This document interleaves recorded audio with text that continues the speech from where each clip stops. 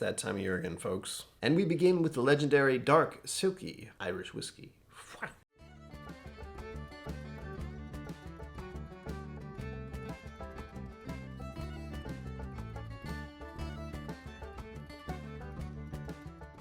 Welcome to KillCo Whiskey Musings. My name is Brian. The bottle for this episode was kindly donated to the channel by my mother, also known as Mama KillCo in the chat. I have read a little on the bottle, but I'm trying to go into this completely blind. I did find out the distillery name, and it is this. If you want to tell me how to pronounce that, please do. And to my surprise, this is 46%. I am very accustomed to seeing 40% there. I'll read what's at the bottom here. A smoky blend made from double distilled and triple distilled peated single malts with soft grain whiskey to savor in the later watches of the night. Well, it is nighttime. For me. As I record. Smoky, huh? Smoky Irish. I've been looking for more of those. The only one I know of that I have at the moment is Connemara, which is hiding over... There it is. Nope, that's Jameson. Behind the Jameson. It's in the tin. That is a bottle I've had for far too long because I don't grab Irish whiskey much. And I especially don't grab peated Irish whiskey that much. But maybe we have a contender. I just pulled out the cork by accident. Nice. Ooh. That is malty? One day I'm going to pour this properly like an adult.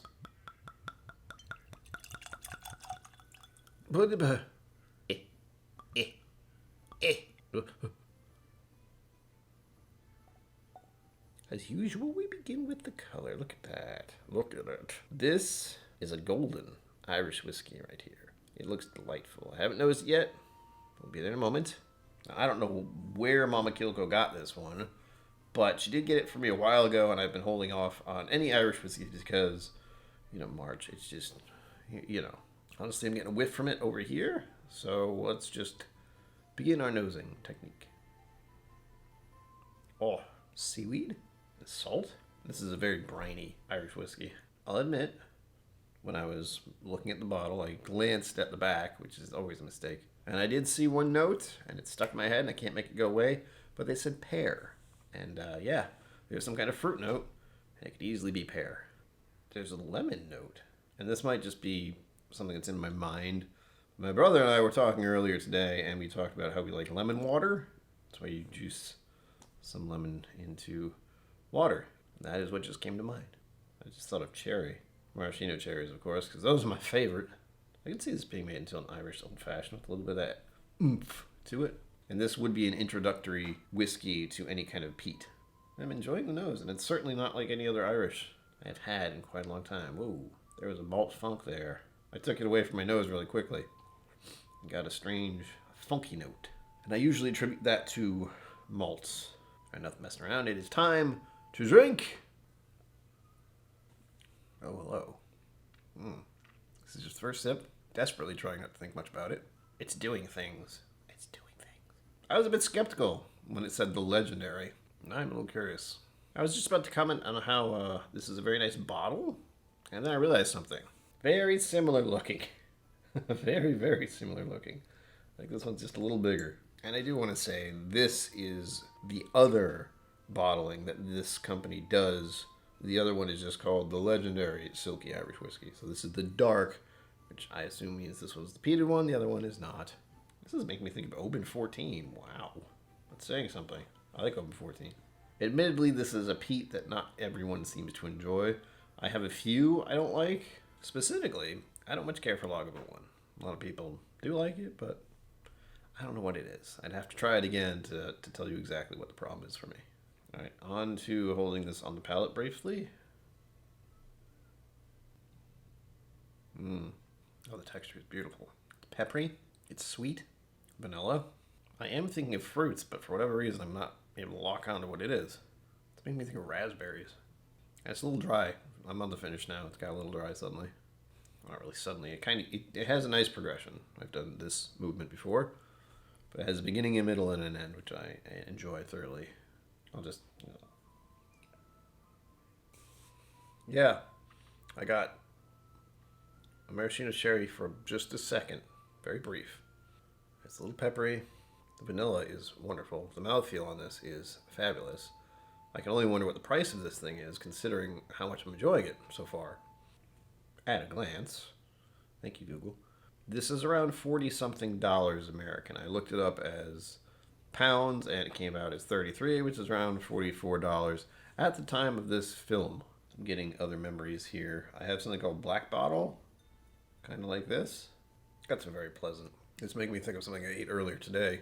It was a cheesecake dessert, except it wasn't actually a solid cheesecake. It was like someone took a scoop of cheesecake and just went plop. And it is delicious, and it's velvety, and it's creamy. And I'm getting a creamy sensation of this, and it's glorious. Yeah, there are berry notes. Oh, that's great. I'm very surprised by this. This is great. This is a wonderful Irish whiskey. If you like a little peat, I'd have to send some of this to a friend of mine. And I say that knowing he doesn't like peated Scotch. He had a bad experience. But maybe slightly peated Irish whiskey. I'm trying to zone in on what kind of vanilla it is, and a couple things came to mind. All of them are frosting related, but I believe we're looking at a buttercream vanilla frosting for cupcakes. It sounds amazing to me. This is really a surprise. With that said, I'm now going to read off the bottle in a terrible accent. I hope you enjoy.